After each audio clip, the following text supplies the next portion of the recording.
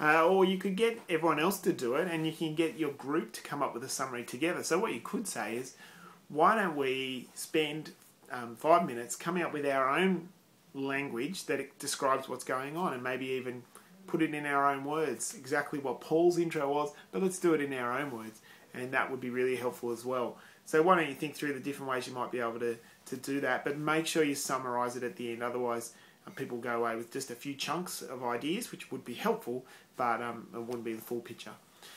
Then you get down to question 3, which is, how do you imagine Titus might have been impacted by these opening remarks as he read the letter and was about to go on his missionary or ministry in Crete? You can imagine that would be pretty powerful stuff, pretty solid, grounded in faithful doctrine, in that God who saved us, who called Paul into that role, and has given him that apostleship to which he bestows upon Titus, the authority to be the leader of Crete.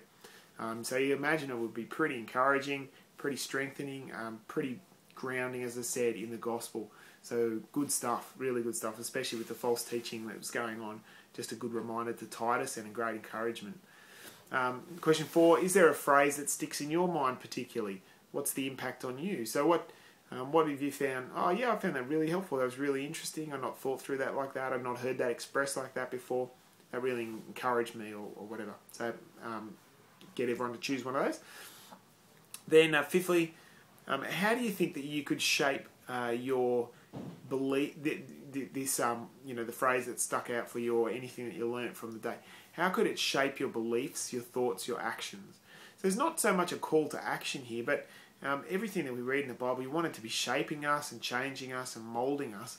And there should be something, like we said in the question 4, something that stood out for you that you don't want to just, this stands out, I find that interesting. You want to think, how does that impact you? Is it actually going to change your beliefs? Is it going to help you know something more about God? Is it going to change your thoughts about when you're thinking about God or talking about Him?